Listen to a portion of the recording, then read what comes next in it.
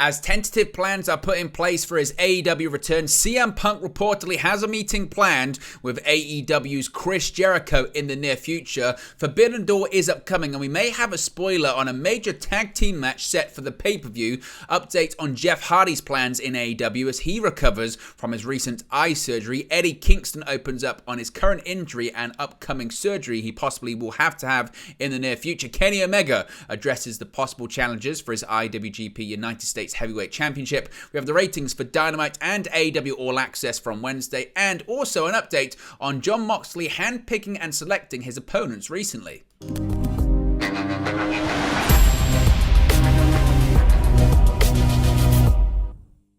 Hey guys, welcome back to Wrestling News 365. Hope everyone is doing very well. As always, there are plenty of news stories to get into in the world of All Elite Wrestling. We brought to you yesterday the breaking bombshell news that tentative plans have indeed been put in place for CM Punk's return to All Elite Wrestling, with an actual date being proposed, that being June 21st, the Dynamite and Rampage tapings at the Wintrust Arena in Chicago. CM Punk could be returning on that date. He has been open to wanting to work with the Elite. He's been open to wanting to work with Chris Jericho. He wants to have a meeting with the Elite so far. We don't know if that meeting has happened. The Elite are reluctant to do that. But in addition to a meeting with the Elite, there is reportedly a meeting planned between CM Punk and another AEW star ahead of Punk's potential return to the company. Fightful Select reported that Punk's return is tentatively planned, which, as I mentioned, we spoke about yesterday. But there was specifically some news on someone he could possibly work with when he's back, someone who he does seriously have issues with. According to Fightful, there is a meeting planned, or at least there was a meeting planned, between CM Punk and Chris Jericho. Punk and Jericho have had well-publicized issues with each other, but the idea of the meeting is reportedly to see if the two working together is a possibility. There was no further details on the meeting other than that. Again, we don't know whether or not this meeting has taken place or if it's planned for, let's say, the next week or so, or the next couple of weeks. The report did mention that the working plan has been for Punk to make his return to AEW at or around the June 21st episode of Dynamite, which is at the Wintrust Arena in Chicago, Illinois. There was also said to be talk about whether or not it should be a surprise, but it could be actually announced in advance, potentially at the Warner Upfront on May 17, so just about 4 weeks' time. There could be a situation where AEW and Warner Bros. Discovery actually announced the big return of CM Punk, the opposite of what they did, of course, when Punk made his debut, when it was just a rumor, but they managed to sell out the United Center. Now, one scenario that has been proposed could be that Punk could be kept separate from the Elite in somewhat of a roster split. It sounds like there is a possibility that a roster split could be coming soon to Tony Khan's All Elite Wrestling, as talk of CM Punk potentially returning continues to heat up. There are obviously a lot of moving parts and a lot of things that need to be addressed. Fightful Select reported, as I mentioned, that Punk's return is tentatively planned, which we spoke about yesterday, but there was a specific point to make note of that wouldn't just affect Punk, but potentially a lot of other people on the AEW roster. There have been plenty of rumors lately that there'll be a new AEW Saturday primetime show debuting soon, which at the minute looks likely to be called AEW Collision because the company filed for that trademark recently. According to Fightful, there's starting to be a lot of talk within Warner Bros. Discovery about this new show being designed to facilitate what they're calling a soft roster split. The idea would obviously be to keep people who have issues with each other away from each other on separate rosters so they can stay away from each other, which isn't just Punk, but there are plenty of others on the roster who have had their issues with each other as well. Fightful added that talent haven't yet been informed of a roster split being planned, but have heard discussions about the fact that there will be a new Saturday show. Of course, there's still not been anything officially confirmed about this new show, so of course we'll keep you updated, and of course if we hear anything else regarding this show, CM Punk's return or anything like that, we'll let you know in a future video. But it definitely is an ongoing and developing story that I'm sure we'll hear more of, especially today with more news coming out. Now, one thing that could be happening at Forbidden Door, of course, CM Punk could be there. By all accounts, he's going to make his return to AEW in the go-home edition of Dynamite before this pay-per-view. But tonight's edition of AEW Rampage, we'll see a bit of a New Japan Pro Wrestling crossover with AEW as the brand new IWGP Tag Team Champions Aussie Open make their first defense of their titles against the best friends Trent Beretta and Chuck Taylor. While Aussie Open are no strangers to AEW TV, last appearing on Rampage on March 3rd, this is their first appearance while carrying the IWGP Gold. AEW would unsurprisingly send out a tweet to hype Aussie Open's first defense on Rampage. However, their choice of image was quite interesting indeed. While promoting Aussie Open's match, they would also simultaneously promote their appearance of also brand new AEW Tag Team Champions FTR, who are set to address their title victory on the same show tonight. So in light of the two teams being on the same show, AEW would tweet a picture of Aussie Open face-to-face with FTR, with both teams holding up their respective Tag Team Championships. And if this wasn't enough of a tease, the New Japan Twitter account will respond with some choice emojis, with the eye emojis hinting that this pairing is worth keeping an eye on. So we could see maybe Aussie Open, the IWGP Tag Team Champions, versus FTR, the AEW World Tag Team Champions, possibly at Forbidden Door later this year. Jeff Hardy, of course, made his return on this week's edition of AEW Dynamite. While there was plenty to talk about regarding this week's episode of Dynamite, easily the most polarizing topic coming out of the show was the return of Jeff Hardy. The AEW star had been MIA from the promotion for nearly a year after he was suspended following his third arrest for DUI in recent memory, which ultimately led to Hardy heading to court and pleading no contest on the matter. While many will continue to debate whether Hardy deserves another chance, it appears it will be a minute or so before he truly steps back in the ring once again. Fightful Select reports that despite his return this week, Hardy is still recovering from recent eye surgery and he will not be wrestling for AEW over the next few weeks. Instead, the promotion has come up with alternate plans for him that will keep Hardy involved, but not wrestling for the time being. Hardy's surgery, as I mentioned, was related to his eyes, as revealed by his brother Matt this past week. Matt stated it would take 5 to 6 weeks of recovery time before Hardy was good to go, with Matt hoping he could be returning to AEW shortly after that. Of course, Jeff Hardy's return occurred much sooner than that.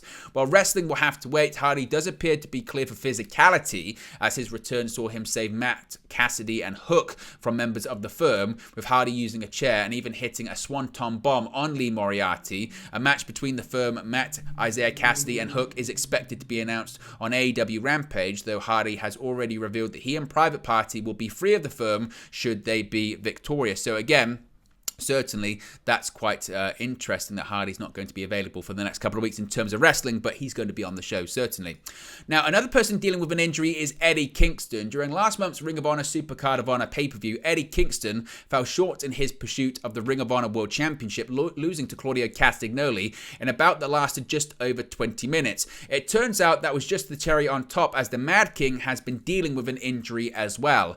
Earlier this week, it was reported that he'd be unable to compete at New Japan Pro Wrestling's event this Sunday in Philadelphia, Pennsylvania due to injury. It was unclear at the time what the injury was, but Kingston revealed that himself during Thursday night's Ring of Honor on Honor Club. Quote, "I'm going to make this short and sweet. I've been dealing with a hernia injury," he said in a vignette. "While I just found out it was a hernia, I've been dealing with an injury since September. No excuse."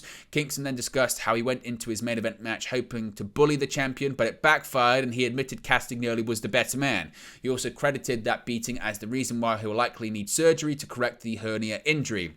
Quote, "The reason why I'm going to most likely need surgery for this hernia, or the hernia acted up real bad, and I've had it since September, was because you beat my ass so much that I couldn't sleep that night," Kingston continued. "I couldn't get comfortable." Getting back to his defeat, Kingston also admitted that he wrongly brought into the previous criticism of Castagnoli not being aggressive enough. "And believe it like a mark would," he said. Despite confirming the injury, there's no definitive timetable in terms of how much time Kingston will miss, or if this is again part of a bigger angle, but again, Kingston did pull out of that New Japan match. It would appear to be legitimate as of right now.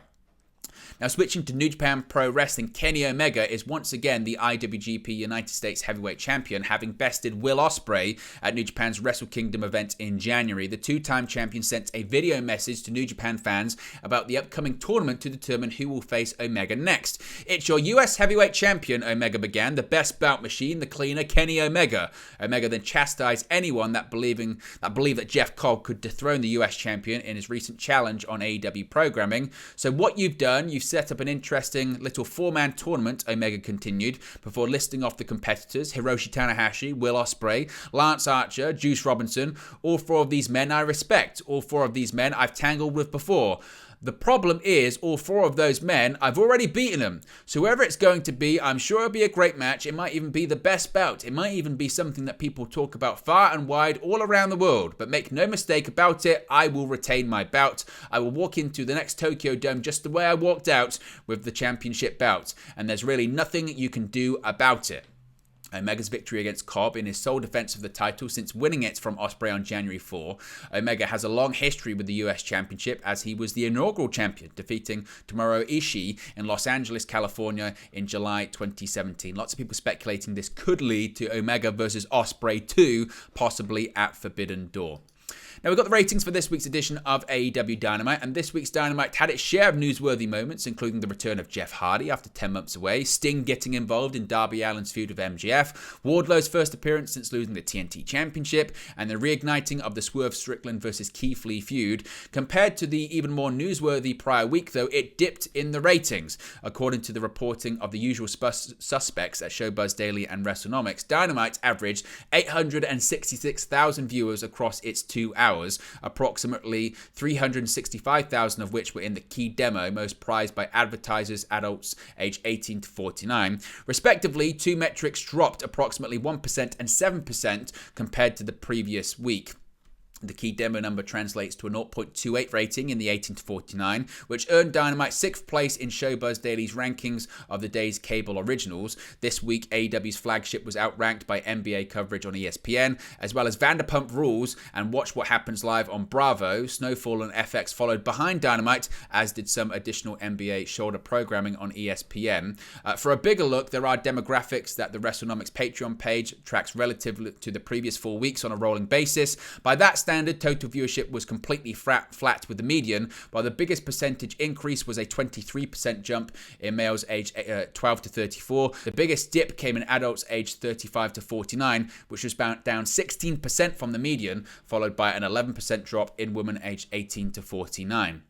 We also have the ratings for what followed AEW Dynamite, that being AEW All Access. Ratings for AEW's new reality series, AEW All Access, dipped after last week's slight bump. Showbuzz Daily is reporting that Wednesday night's episode of AEW All Access was viewed by an average of 281,000 viewers overall, which is a 17% drop from last week's viewership of 339,000. It's the lowest in the young history of the show. It continues to take a beating from the NBA. It went up against coverage of Oklahoma City Thunder's 123 to 118 victory over the New Orleans Pelicans on ESPN. All Access is mainly focused on the relationships between Adam Cole and Britt Baker, as well as the controversial relationship between Sammy Guevara and Tay Mello. The show debuted at the end of March and has struggled to retain the lead-in audience provided by Dynamite, just like the Power Slap show that previously occupied the time slot. This week's show was centered around November's Full Gear pay-per-view, with Mello and Guevara lamenting that her career had stalled by their off-screen relationship becoming an on-screen relationship.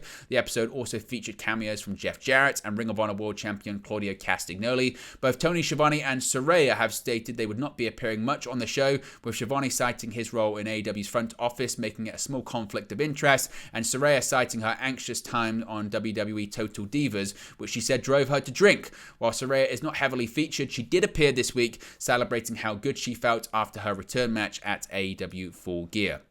Finally, Jon Moxley pretty much has the run of the place in AEW with what he's doing recently, according to Renee Paquette. Former AEW World Champion Jon Moxley has been positioned as one of the company's top stars since he joined the promotion in 2019. Furthermore, he appears to have some creative control over his opponents, matches, and storylines, according to recent comments made by his wife, Renee Paquette.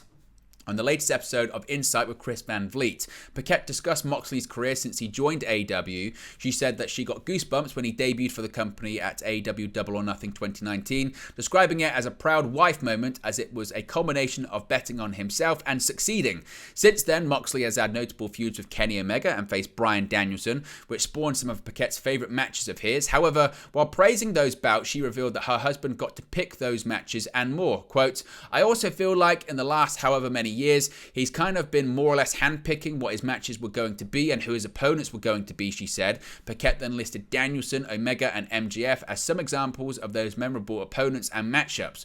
Moxley is known for his hardcore matches and for portraying a somewhat demented character on television. That being said, Paquette revealed that the Blackpool Combat Club member is much more laid back in real life, confirming that he doesn't blade at home, where he tends to be in husband and dad mode. However, she did say that some of their bedding has been ruined as a result of the wear and tear from his matches. So there you go. That's the latest AEW news for you. As I mentioned, it's going to be a very busy day. I feel like there's going to be a lot of news coming out regarding CM Punk, WWE, and plenty more. So we're probably going to have at least probably 3 videos today. So if you haven't already, be sure to subscribe, bottom right hand corner, click the notification bell. You'll be notified every time a new video goes up. Let me know your thoughts in the comment section below, and I'll speak to you again very, very soon.